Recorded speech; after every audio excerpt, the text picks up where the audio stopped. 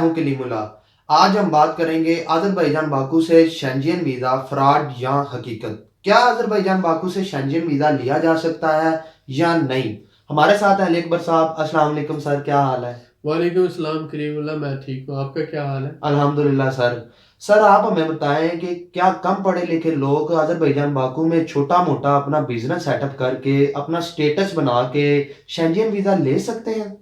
जी कलीमुल्लाह, ये बहुत ही अच्छा सवाल है, बहुत ही जो है टेक्निकल सवाल है। जी सर। और इसके साथ साथ ये बहुत अहम भी है, क्योंकि हमारे बहुत से पाकिस्तानी भाई जो हैं वो, जैसे कि हम देखते हैं कि कम पढ़े लिखे लोग ही ज़्यादा कोशिश करते हैं शेंजन वीज़ा या यूरोपियन वीज़ा लेने की। जी सर। और वो इसके लिए हर कीमत अदा करने को भी तैयार हो जाते हैं। तो उनकी सादा लोही या उनकी सादगी से एजेंट हजरात जो है फ़ायदा उठाते हैं ऐसा ही और है उनको सर। वो धोखा देते हैं। बिल्कुल ठीक सर। तो हम यहाँ पर मैं वजाहत यही करना चाहूँगा कि कम पढ़े लिखे लोग किस तरह से अपना एक बिजनेस स्टेटस या एक सोशल स्टेटस बनाकर कैसे वो इस काबिल हो सकते हैं कि वो कानूनी तरीके से शेंजन वीज़ा ले सकें। जी सर। ये बहुत ही अहम और बहुत ही अच्छा सवाल है। पहली बात तो ये है कि पाकिस्तान में जो कम पढ़े लिखे लोग हैं, जैसे कोई ज़मींदार है या कोई मैट्रिक पढ़ा है या किसी ने मिडिल पास है या चले वो प्राइमरी ही पास है, तो वो कोई कारोबार करता है तो उसका कोई जो कारोबार जो कर रहा है उसका कोई डॉक्यूमेंटेशन नहीं होती। यानी कि वो कोई भी काम करता है, दुकान डालता है या कोई स्टोर बनाता है या कोई वो बीफ शॉप बनाता है, ग्रोसरी स्टोर बनाता है या कोई ट्रेडिंग का काम करता है या कुछ भी माल लेके इधर से उधर बेचता है, तो उसका कोई बिजनेस स्टेटस नहीं बनता, यानी कोई जी सर। डॉक्यूमेंटेशन नहीं होती। तो इस वजह से जो है ना उनको वीज़ा लेने में बहुत प्रॉब्लम होती है। ऐसा ही है सर। लेकिन बाकू अज़रबैजान में ऐसा मसला नहीं है, क्योंकि आप फॉरेनर हैं। जब आप बाकू अज़रबैजान आएँगे, तो आप यहाँ पर छोटे से छोटा भी काम करते हैं तो आपको कंपनी रजिस्टर्ड करवाना पड़ेगी। ठीक तो हो गया। जैसे मैंने पिछली अपनी वीडियोस में बताया कि कंपनी की दो किस्में होती हैं। एक तो एलएलसी है, जी वो सर। $600 में रजिस्टर्ड हो जाती है। और एक है सोल प्रोप्राइटरशिप, कि जी अगर सर। बंदे ने कंपनी बड़ी नहीं बनानी तो वो छोटी कंपनी बनाकर एक बंदा ही उस कंपनी में खुद ही काम करके वो पैसा कमा सकता है। वो $500 में भी वो हो जाती है बड़ी आसानी से। ठीक उसमें हो सारी गया। गवर्नमेंट की फीसें हैं, लॉयर की फीसें हैं, सारे डॉक्यूमेंटेशन उसके अंदर है। वो $500 में बड़ी आसानी से सोल प्रोप्राइटरशिप एक बंदे वाली कंपनी बना सकता है। ठीक हो गया सर। अब वो क्या करेगा, कंपनी बनाने के बाद कोई जगह किराए पे लेकर, जैसे शॉप है, तो हमने अपने दूसरे कारोबार वाली बिजनेस वाली वीडियोस में बताया कि कौन से ऐसे बिजनेसेस हैं जो 4 से 5 हज़ार डॉलर में करके वो बंदा अपना बिजनेस स्टेटस डेवलप कर सकता है, उस पर गवर्नमेंट को टैक्स दे सकता है। जी और सर। उस पर जब उसकी डॉक्यूमेंटेशन सारी बन जाती है, वो लीगल हो जाता है और हर हवाले से जो उसका एक स्टेटस डेवलप हो जाता है, तो वो इस काबिल हो जाता है। जी सर। अब वो लिस्ट में से मैं कुछ चीज़ें आपको बताना चाहूँगा कि जैसे हमने कहा कि कोई बंदा टैक्सी सर्विस चला सकता है यहाँ पर, तो उसके लिए उसको 4-5 हज़ार डॉलर चाहिए। वो अपनी गाड़ी लेकर कंपनी रजिस्टर्ड करवा के अपनी ही इन्वेस्टमेंट के साथ टैक्सी सर्विस शुरू कर सकता है। उसके साथ गारमेंट शॉप है, जो इसमें लेडीज़ एंड जेंट्स गारमेंट्स भी आ जाते हैं। उसके साथ छोटा मोटा रेस्टोरेंट बना सकता है खाने के लिए, या पिज़्ज़ा डिलीवरी का काम कर सकता है, या बिरयानी एक्सप्रेस के नाम से बिरयानी का भी काम कर सकता है। इसके साथ साथ ग्रोसरी स्टोर, जैसे हमने कहा परचून की दुकान है, वो कर सकता है। कोई भी बंदा परचून की दुकान यहाँ पे डाल सकता है। साथ ही साथ सब्जियों की दुकान डाल सकता है, फ्रूट की दुकान डाल सकता है, या वो यहाँ पे बीफ या मटन शॉप बना सकता है। इसके लिए कोई बहुत ज़्यादा इन्वेस्टमेंट की ज़रूरत नहीं है। उसके साथ साथ अगर कोई थोड़ा बहुत मोबाइल रिपेयरिंग का जानता है या कंप्यूटर रिपेयरिंग का जानता है, तो वो काम भी हो सकता है। अगर वो ये नहीं जानता तो कार वाश, यहाँ पर कार वाश के एक छोटा सा सेटअप लेकर वहाँ पर कार वाश का वो काम कर सकता है। ठीक हो गया ठीक है, सर। ये भी एक अच्छा जो है ऑप्शन है। जूतों की दुकान बना सकता है, या इसी तरह से ये जो सारे काम है यार, तंदूर बना सकता है। यहाँ पे सारे लोग तंदूर से रोटी लेकर खाते हैं, तो ये तंदूर बना सकता है और उसमें अर्निंग भी बहुत अच्छी हो सकती है। हर जबरदस्त। घर यहाँ तंदूर से रोटियां लेता है। ऐसा ही है सर। तो अब वेजिटेबल शॉप है, फ्रूट शॉप है, बीफ शॉप है, मटन शॉप है, तंदूर है या फिर जूतों की दुकान है या परचून की दुकान है या टैक्सी है या इसी तरह से कोई गारमेंट स्टोर है, कोई भी ये सारे बिजनेस काम यानी कि कर सकते हैं ये वो। सारे काम 4 से 5 हज़ार डॉलर के अंदर हो सकते हैं और ये सारे काम कम पढ़े लिखे लोग कर सकते हैं। जबरदस्त सर। अब जब उसने 500-600 डॉलर में कंपनी रजिस्टर्ड करवाई, 300-400 डॉलर में जगह किराए पे ली और बाकी जो 2-3 हज़ार डॉलर बचा उसके उसने वो माल डाल लिया। ठीक हो तो गया। एक तो वो हर महीने 40-50 हज़ार या 1 लाख रुपया कमा रहा है, ठीक है, हर ठीक महीने हो उसकी गया। अर्निंग हो रही। दूसरा वो गवर्नमेंट को टैक्स पे कर रहा है, मतलब जो भी 4% टैक्स है यहाँ पर उसका कंपनी का वहाँ पर गवर्नमेंट का कासा लगा होता है। जी तो सर। जो आप सेल करते हैं डेली, तो सेल पर आपने 4% टैक्स देना होता है। ठीक हो तो गया। आपके नाम पे एक बिजनेस रजिस्टर्ड हो गया और आप उसका गवर्नमेंट को टैक्स भी दे रहे हैं। अगर वो एक मुलाजिम रखा है तो उसकी तनख्वाह भी दे रहे हैं। तो इस तरह से आपका जो है ना वो सारा डॉक्यूमेंट्स तैयार हो रहे हैं। बिल्कुल ठीक हो तो गया। आप 2 महीने आपने किराया दिया, उस पर भी आपने प्रॉपर्टी टैक्स दिया। अगर आपने किसी बंदे को मैनेजर रखा तो उसकी तनख्वाह पे सोशल सिक्योरिटी दी। और अगर आप जो सेल परचेज कर रहे हैं तो उस पर भी आप 4% टैक्स दे रहे हैं। तो ठीक इस हो। तरह से ये क्या हुआ कि आपका एक बिजनेस स्टेटस भी बन गया, सोशल स्टेटस भी बन गया और आपके जो बैंक स्टेटमेंट और बाकी मामलात हैं वो भी कवर हो गए। जबरदस्त तो सर। आपका रेजिडेंस स्टेटस भी बन गया। तो अब आपका पूरा स्टेटस ही चेंज हो गया। काम के साथ साथ ही। आप एक बिजनेसमैन कंसीडर होते हैं ठीक और हो गया। जिस पे आप गवर्नमेंट को टैक्स भी दे रहे हैं, टैक्स भी दे रहे हैं। आप एक बिजनेस रन कर रहे हैं। बिल्कुल ठीक है। अब 2-3 महीने ये काम करने के बाद अगर आप वीजा अप्लाई करते हैं, जी सर। आपके अकाउंट में 5-6 हज़ार डॉलर पड़ा हुआ है और आप विजिट वीजा अप्लाई करते हैं तो सिर्फ $60 में एम्बेसी आपको वीजा दे देगी। जबरदस्त सर। क्योंकि ऑनलाइन आपका सारा वेरीफाई हो रहा है कि आपके पास रनिंग बिजनेस है।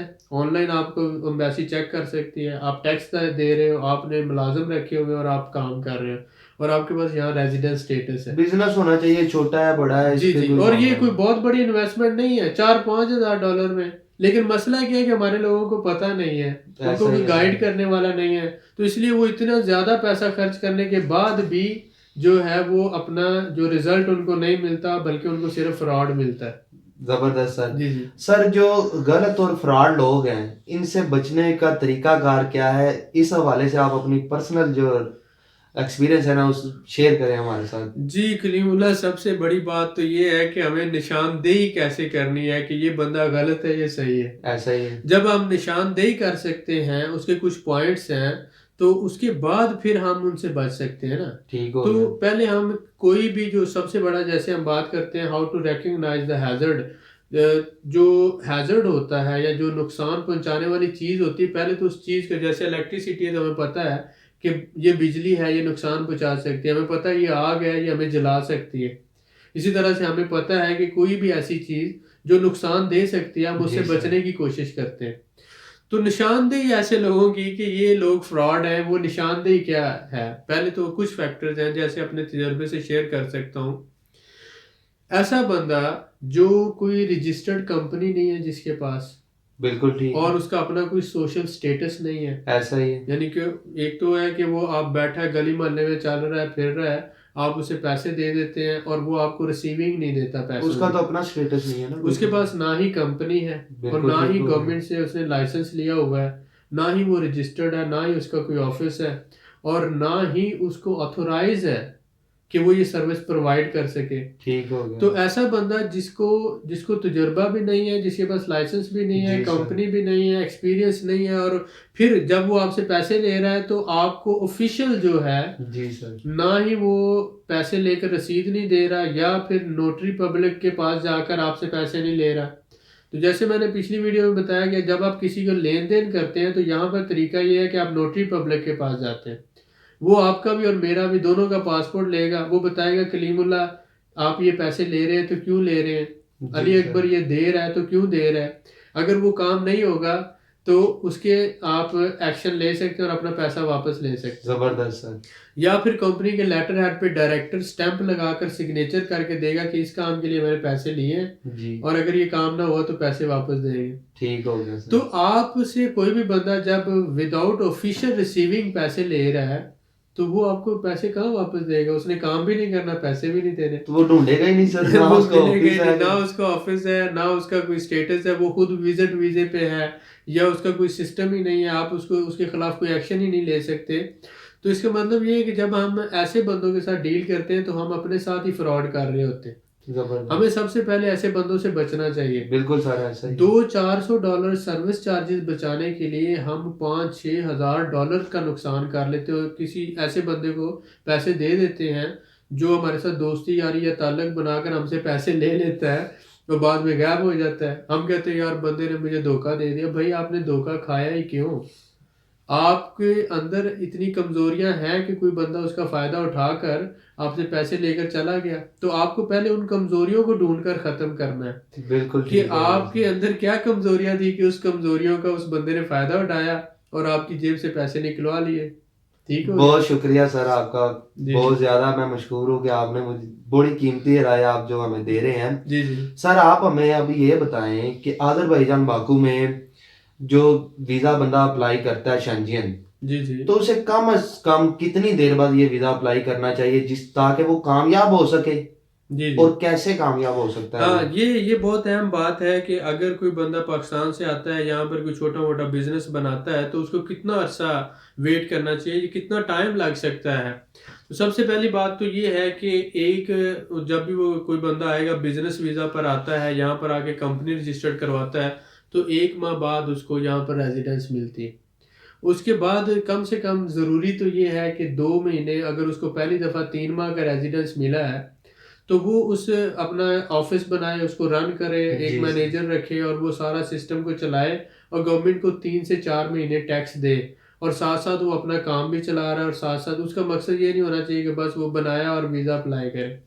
वो अपना स्टेटस डेवलप करने के लिए 2 से 3 से 4 महीने, मेरे ख्याल में मिनिमम 4 महीने वो गवर्नमेंट को टैक्स भी पे करे और वो सारे मामला सिस्टम को चलाए और यहाँ पर उसका जो अच्छा अर्निंग हो, सारे एक्सपीरियंस हो। और जब उसको 6 महीने या साल की रेजिडेंस मिलती है ना जी सर। दूसरी दफ़ा, बिल्कुल तो ठीक। अगर पहली दफ़ा ही मिल जाती है तो 2-3 महीनों बाद, 2 महीनों बाद अप्लाई कर सकता है। ठीक हो अगर वो उसको पहली दफ़ा 3 माह की मिलती है तो वो दूसरी रेजिडेंस लेने के बाद जब उसको 6 माह या साल की मिले तो तब वो अप्लाई करे और वो पूरे डॉक्यूमेंट साथ लगाए। लेकिन इससे पहले जैसे मैंने कहा कि वो प्रॉपर्टी पर भी टैक्स दे रहा हो जी सर। और वो जो उसने वर्कर रखा है उसका भी सोशल सिक्योरिटी दे रहा हो, और उसके साथ साथ जो उसने रेंट एग्रीमेंट किया हुआ है घर का भी और दफ्तर का भी, जी सर। इन दोनों जगह पर प्रॉपर्टी टैक्स भी दे रहा हो। तो ठीक जब वो होगा। गवर्नमेंट को ये टैक्स दे रहा है तकरीबन 200 मनात महीने का, तो उसका वो स्टेटस डेवलप हो रहा है। तो 600-700 या 800 मनात अगर चला जाएगा टैक्स की मद में, तो ये आपको फ़ायदा ये देगा कि आपकी एक रेपुटेशन बिल्ड हो रही है, आपका एक स्टेटस बिल्ड हो रहा है। एज ए बिजनेसमैन आपके डॉक्यूमेंट्स बन रहे हैं।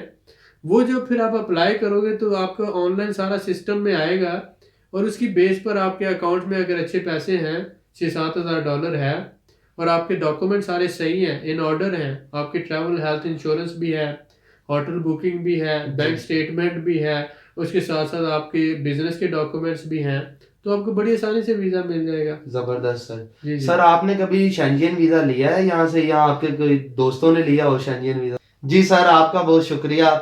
मजीद मालूमात के लिए हमारे चैनल को सब्सक्राइब करें, वीडियो को लाइक करें, शेयर करें, बेल आइकन को जरूर दबा लें ताकि हमारी अगली वीडियो आपको मिल सके। अल्लाह हाफिज।